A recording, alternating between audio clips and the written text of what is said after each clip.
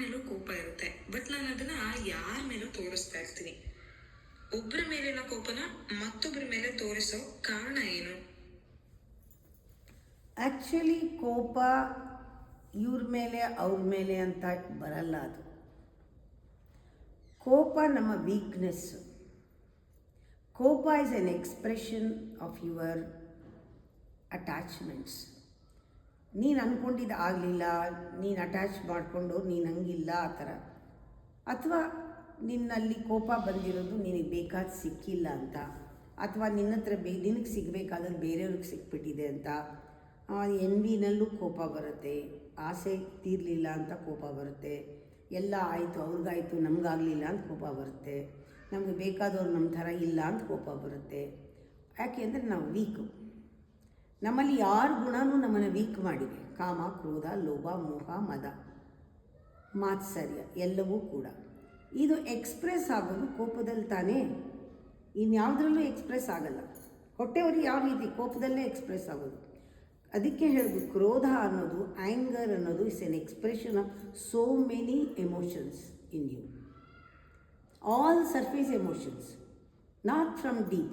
ಕೋಪ will not come from within.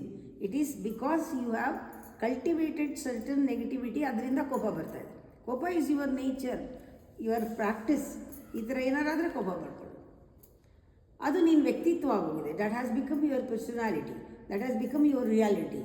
You are a angry person, you have done it, ಅದು ನೀವು ಮಾಡ್ಕೊಂಡಿದ್ಯಾ. ಅಂದರೆ ಇಲ್ಲಿ ನಿನಗೆ ಒಳಗಡೆ ಏನಾದ್ರೂ ವ್ಯತ್ಯಾಸ ಆದರೆ ಕೋಪ ಬಂದಿದೆ.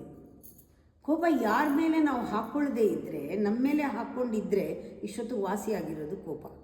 ಕೋಪ ಅನ್ನೋದು ನನಗೆ ಬರ್ತಾ ಇದೆ, ಇದು ನನ್ನ ವೀಕ್ನೆಸ್ಸು, ಇದು ನನ್ನ ಥಾಟು, ಇದು ನನ್ನ ಎಮೋಷನ್ನು, ಅದು ಯಾರ ಮೇಲೂ ಅಲ್ಲ. ಕಾರಣ ಅಲ್ಲಿ ಇರೋದ್ರಿಂದ ಖಾಲಿ ಆಗ್ತಾಯಿದೆ, ಏನೋ ಬರ್ತಾ ಇದೆ ಆಚೆ. Let me erase that, let me patiently solve this problem. Come on, ಎಷ್ಟು ಕೋಪ ಬರುತ್ತೆ ಬರಲಿ. You start looking at your anger, witnessing your anger patiently. Do that. It's a great meditation. The anger will disappear. Because the root of the anger is you, not them. But ego never wants to accept it. Ego ಏನು ಮಾಡುತ್ತೆ, ಯಾರಾದರೂ ಇದ್ದರೆ ಅವ್ರ ಎದುರುಗಡೆ ಅವ್ರ ಮೇಲೆ ಹಾಕಿಬಿಟ್ಟು ಒಂದು ಕಾರಣ ಹುಡುಕಿ ಕೋಪ ಅವ್ರ ಮೇಲೆ ಹಾಕುತ್ತೆ. ಯಾಕೆ ನಿಮ್ಮ ಮೇಲೆ, ನಿಮಗೆ ಬೇಕಾದವ್ರ ಮೇಲೆ, ಬೇಕಾದವ್ರು ತಪ್ಪು ಮಾಡಿದ್ರು ಅವ್ರ ಮೇಲೆ ಹಾಕಲ್ಲ, ಅವ್ರ ಮೇಲೆ ಹಾಕುತ್ತೆ. ಇಲ್ಲಿ ನಿಮ್ಮ ರಿಲೇಷನ್ಶಿಪ್ ಹೊಟ್ಟೋಗುತ್ತೆ ಅಂತ. ಯಾರು ನಾವು ಅಂಟ್ಕೊಂಡಿದ್ದೀವೋ, ಯಾರು ನನ್ನವರು ಅಂದ್ಕೊಂಡಿದ್ದೀವೋ, ಎಷ್ಟು ವ್ಯಾಮೋಹ ಅಂದರೆ ಅವರಿಂದನೇ ನಮಗೆ ತೊಂದರೆ ಆಗಿದೆ. ಅವ್ರ ಮೇಲೆ ಕೋಪ ಮಾಡ್ಕೋಬೇಕು. ಆ್ಯಕ್ಚುಲಿ ಅವರಿಂದ ತೊಂದರೆ ಆಗಿ ನಿಮ್ಮ ವೀಕ್ನೆಸ್ ಹೊರಗಡೆ ಬಂದಿರೋದು ಅವ್ರದ್ದೇ ಕಾರಣ.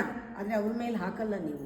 ಯಾಕೆಂದರೆ ಅವ್ರು ಬಿಟ್ಟು ಹೊಟ್ಟೋದ್ರೆ ಆ ಕಾರಣನ ಕೆಲಸದೋಳ ಮೇಲೋ, ಅಥವಾ ಬಾಸ್ ಇದ್ದರೆ ಅವ್ರ ಮೇಲೆ, ಇವ್ರ ಮೇಲೆ ಹೆಂಡತಿ ಕೋಪನ ಹಾಕೋದು, ಮಕ್ಕಳ ಕೋಪನ ಹಾಕೋದು, ಬೇರೆಯವ್ರ ಮೇಲೆ ಹಾಕೋದು. ಯಾಕೆ ಅಂದರೆ ಇವ್ರು ಪರವಾಗಿಲ್ಲ ಅಂತ, ಇವ್ರು ಹೋದರೆ ಪರವಾಗಿಲ್ಲ, ಇವ್ರಿಗೆ ಲೆಕ್ಕಕ್ಕಿಲ್ಲ. ಇವರು ಯಾವಾಗ ಯಾರಿಗೋ ಕೋಪ ಯಾರ ಮೇಲೆ ಹಾಕಿದ್ರೆ ಅಲ್ಲಿ ಚೆನ್ನಾಗಿ ಗೊತ್ತಾಗುತ್ತೆ, ಇವ್ರು ನನ್ನನ್ನು ಬಫರ್ ಥರ ಯೂಸ್ ಮಾಡ್ಕೊಂಡಿದ್ದಾರೆ, ಇವರು ಟೆನ್ಷನ್ ಹೋಗೋದಕ್ಕೆ ನನ್ನನ್ನು ಬಳಸ್ಕೋತಾ ಇದ್ದಾರೆ, ಯಾರು ಇಲ್ಲ ಅಂದರೆ ನನ್ನ ಮೇಲೆ ರೇಗ್ತಾರೆ ಅಂತ ತಿಳ್ಕೊಬೇಕು.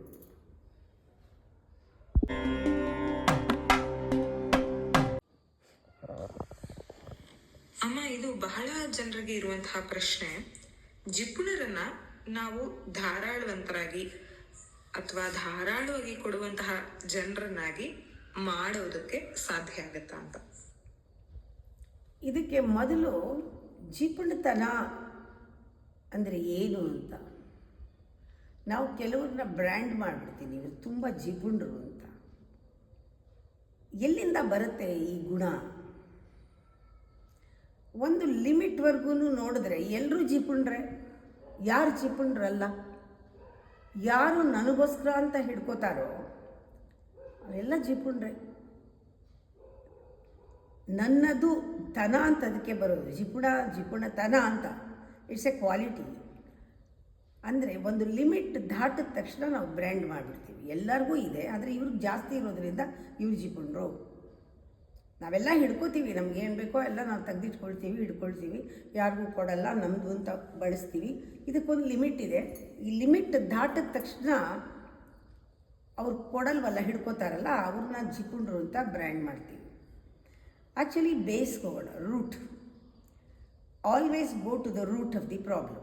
ಜಿಪುಣತನ ನಮಗೊಂದು ಪ್ರಾಬ್ಲಮ್ ಆದರೆ ಅದು ಹೇಗೆ ಸಾಲ್ವ್ ಮಾಡೋದು, ಕೊಡೋ ಹಾಗೆ ಹೇಗೆ ಮಾಡೋದು, ಧಾರಾಳತನ ಹೇಗೆ ಗೊತ್ತಾಗತ್ತೆ.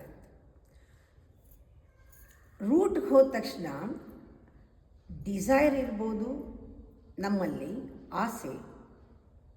ಬಾಯಿನಲ್ಲಿ ಹೇಳ್ತೀವಿ ದುಃಖಕ್ಕೆ ಕಾರಣ, ಆದರೆ ಆಸೆ unlimited.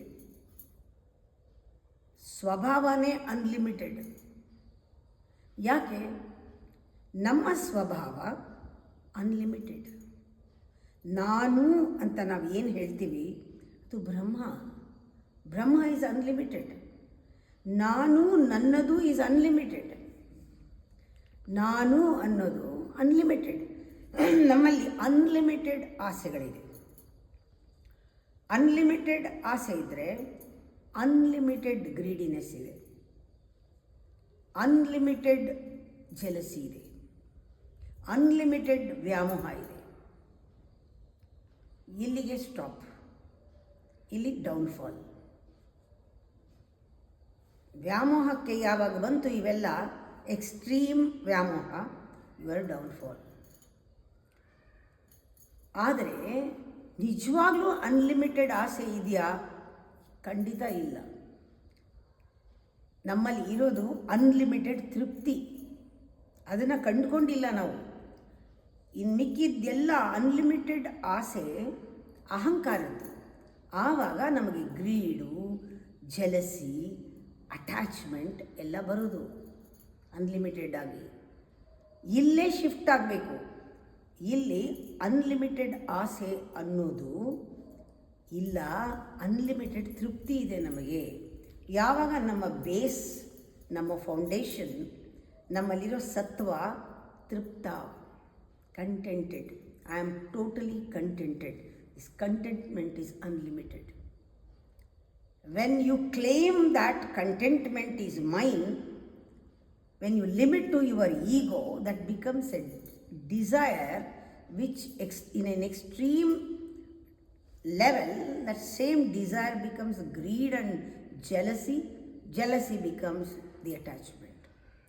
That shift has to happen in meditation.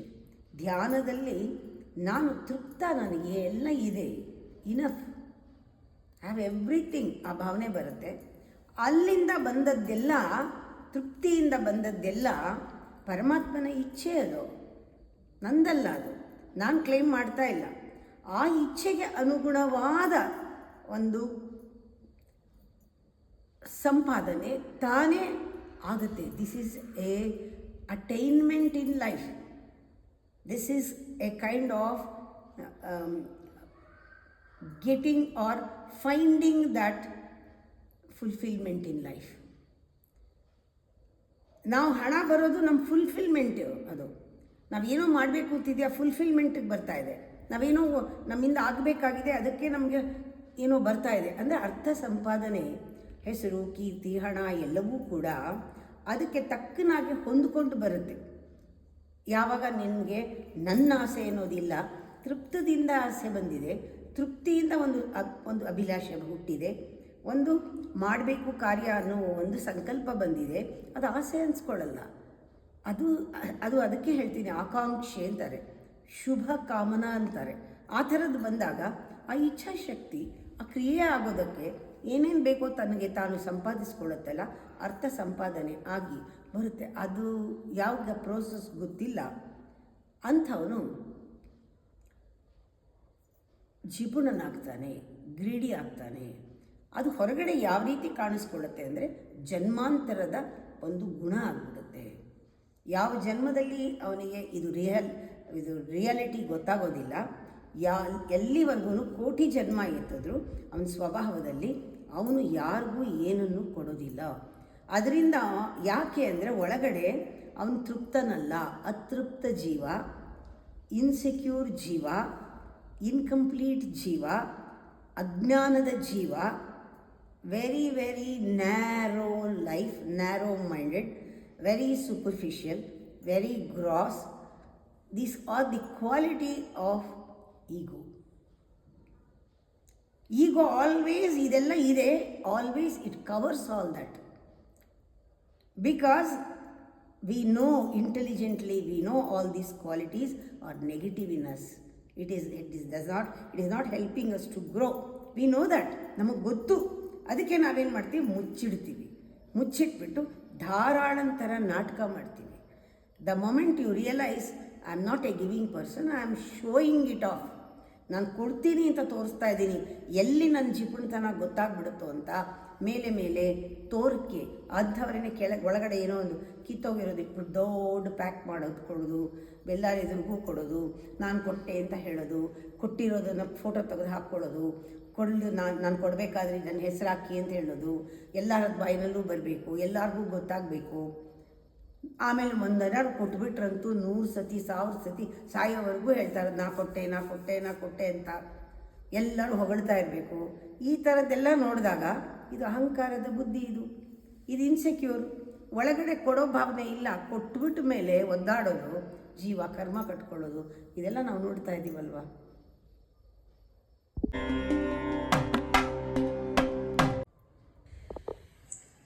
ತುಂಬಾ ಮಾತಾಡ್ತಿರೋರು ತಕ್ಷಣ ಮೌನಿಗಳಾದ್ರೆ ಯಾವ ಕಾರಣದಿಂದ ಅವರು ಹೀಗಾಗಿರಬಹುದು ಅಮ್ಮ? ಮಾತಾಡೋದು ಬಾಯಿನಲ್ಲಾದರೂ ಕೂಡ ಮಾತು ಇಲ್ಲಿ ನಡೀತಾ ಇರುತ್ತೆ. Constant Kia's here. That is the result of that over talking. Something is on and on and on and on. Repeatedly you are thinking about something. It is coming to you as worry or something. You are always busy 24 hours on. ಇದೇನಾಗುತ್ತೆ, ಇದು ತಡ್ಕೊಳ್ಳೋಕ್ಕಾಗಲ್ಲ, ಮಾತಾಡೋಕ್ಕೆ ಶುರು ಮಾಡ್ತೀರಾ. ಒಂದು limit ಇದೆ, ಅದಕ್ಕೂ ಮಾತಾಡೋಕ್ಕೂ ಒಂದು limit ಇದೆ. ನಾನೇ 1-2 ಎಪಿಸೋಡ್ ಆದ ತಕ್ಷಣ ನೀರು ಕೇಳ್ತೀನಿ, ಯಾಕೆಂದರೆ ಬಾಯಾರಿಕೆ ಆಗುತ್ತೆ, ಸುಸ್ತಾಗತ್ತೆ, ನಾಲ್ಗೆ ಒಣಗತ್ತೆ. ಇದು ಬಾಡಿ ಅಲ್ವಾ, ಬಾಡಿ ಹೇಳುತ್ತೆ ಸಾಕು ನನಗೆ ಸುಸ್ತಾಗಿದೆ ಅಂತ. ಯಾಕೆ? ನಿಮ್ಮ ಮೈಂಡು ಸುಸ್ತಾಗಿರುತ್ತೆ, ಆವಾಗ ಬೇಗ ಸುಸ್ತಾಗತ್ತೆ. ಆವಾಗಲೇ ಒಂದು ಕಾಷನ್, ಮೈಂಡ್ ಸುಸ್ತಾಗಿದೆ, ಬಾಡಿ ಸುಸ್ತಾಗತ್ತೆ. ಆವಾಗ ಏನಾಗುತ್ತೆ, ಮೈಂಡು ಕಂಪ್ಲೀಟಾಗಿ ಬ್ಲ್ಯಾಂಕ್ ಆಗುತ್ತೆ. It is not the empty mind. It is not no mind state. It is, there is thought, but it is, you are blank. Everything ceases. It is there inside, but no. The silence is very, very dangerous. That is a kind of depression.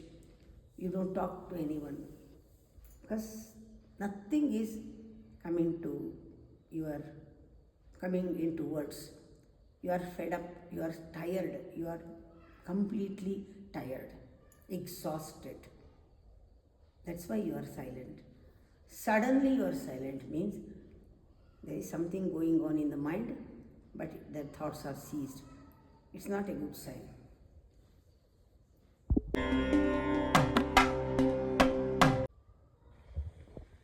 ಅಮ್ಮ, ಯಾವುದೇ ಕೆಲಸ ಮಾಡಬೇಕಾದ್ರೂ ಪ್ರಾರಂಭದಲ್ಲಿದ್ದಂತಹ ಸಂತೋಷ ಕೊನೆಯವರೆಗೂ ಇರೋದಿಲ್ಲ. ಈಗ ಕೆಲವೊಂದ್ಸತಿ ಆರಂಭ ಶೂರತ್ವ ಅಂತ ಕರೀತಾರೆ ಅದನ್ನ. ಯಾಕೆ ಹೀಗಾಗುತ್ತೆ ಅಮ್ಮ? ಇದನ್ನು ಪದೇ ಪದೇ ಬೇಕಾದಷ್ಟು ಸತಿ ಹೇಳಿದ್ದೀನಿ. ಯಾವುದಕ್ಕೆ ಪ್ರಾರಂಭ ಇದೆಯೋ ಅದು ಮುಗಿಲೇಬೇಕು ಅಂತ. ಅದು ಹೊರಗಡೆಯಿಂದ ಶುರು ಮಾಡಿದ್ದಂತೂ ಮುಗಿಯುತ್ತೆ. ಅಲ್ಲೇ ತಿಳ್ಕೋಬೇಕು ಇದು ಅಹಂಕಾರದ್ದು ಅಂತ. ಅಹಂಕಾರ ಒಂಥರ ಇಷ್ಟ ಬಂದರೆ ಮಾಡುತ್ತೆ, ಕಷ್ಟ ಬಂದರೆ ಬಿಡುತ್ತೆ. ನೀವು ಮಾಡೋದು ಲೆವೆಲ್ ಬಹಳ ಸೂಪರ್ಫಿಷಿಯಲ್ ಆಗಿರೋದ್ರಿಂದ ದೇಹ ಒಂದು ಸತಿ ಮಾಡು ಅನ್ನತ್ತೆ, ಒಂದು ಸತಿ ಮಾಡಬೇಡ ಸುಸ್ತಾಗಿದೆ ಅನ್ನತ್ತೆ. ಪ್ರಾರಂಭದಲ್ಲಿ ಖುಷಿಯಿಂದ ಮಾಡ್ತೀರಾ, ಆಮೇಲೆ ನಿಮ್ಗೆ ಬೋರ್ ಹೊಡೆಯುತ್ತೆ. ಮಾಡಿದ್ದೆ ಮಾಡೋಕ್ಕೆ ಮೈಂಡು ಇಷ್ಟಪಡಲ್ಲ, ಹೊಸ್ತೇನಾದ್ರು ಬೇಕು ಅನಿಸುತ್ತೆ, ಇದನ್ನು ಬಿಟ್ಟು ಅದು ಹೋಗುತ್ತೆ. ಈ ಥರ ನೀವು ಉಪಯೋಗಿಸೋ ಇನ್ಸ್ಟ್ರೂಮೆಂಟ್ ಎಲ್ಲನೂ ಕಿತ್ತೋಗಿರೋದೇನೆ. ಎಲ್ಲನೂ ಸ್ವಂತಕ್ಕೆ ಅದಕ್ಕೇನೂ ಶಕ್ತಿ ಇಲ್ಲ. ಇಂದ್ರಿಯಗಳಿಗಿರ್ಬೋದು, ಮನಸ್ಸಿಗಿರ್ಬೋದು, ನಿಮ್ಮ ಬುದ್ಧಿಗಿರ್ಬೋದು, ಎಲ್ಲ ಒಂದನ್ನೊಂದು ಅವಲಂಬಿಸ್ಕೊಂಡಿರೋದಲ್ವಾ. ಎಲ್ಲನೂ ಬುದ್ಧಿ, ಅಹಂಕಾರ, ಬುದ್ಧಿ, ಮನಸ್ಸು, ದೇಹ ಎಲ್ಲನೂ ನಿಮ್ಮ ಅಹಂಕಾರನ ಅವಲಂಬಿಸ್ಕೊಂಡಿದೆ. ನೀವು ಅವಲಂಬನೆ ಮಾಡಿರೋದೇ ಅದೇ ಸತ್ಯ ಅಲ್ಲ. ಅದು ತಿಳ್ಕೊಳ್ಳೋದೇ ಅಲ್ವಾ ಜ್ಞಾನ. ಅದಕ್ಕೆ ಪ್ರಾರಂಭದಲ್ಲಿ ಖುಷಿಯಾಗಿದ್ದೆಲ್ಲ ಹೊರಗಡೆಯಿಂದ ಬಂದು ಖುಷಿ ಎಷ್ಟೊತ್ತಿರುತ್ತೆ, ಹೋಗುತ್ತೆ. ನಿಮಗೆ ನಿಜವಾದ ಆನಂದ ಗೊತ್ತಿದ್ದರೆ ನೀವು ಆ ಖುಷಿನ ಅರ್ಥ ಮಾಡ್ಕೊಳ್ತೀರಾ.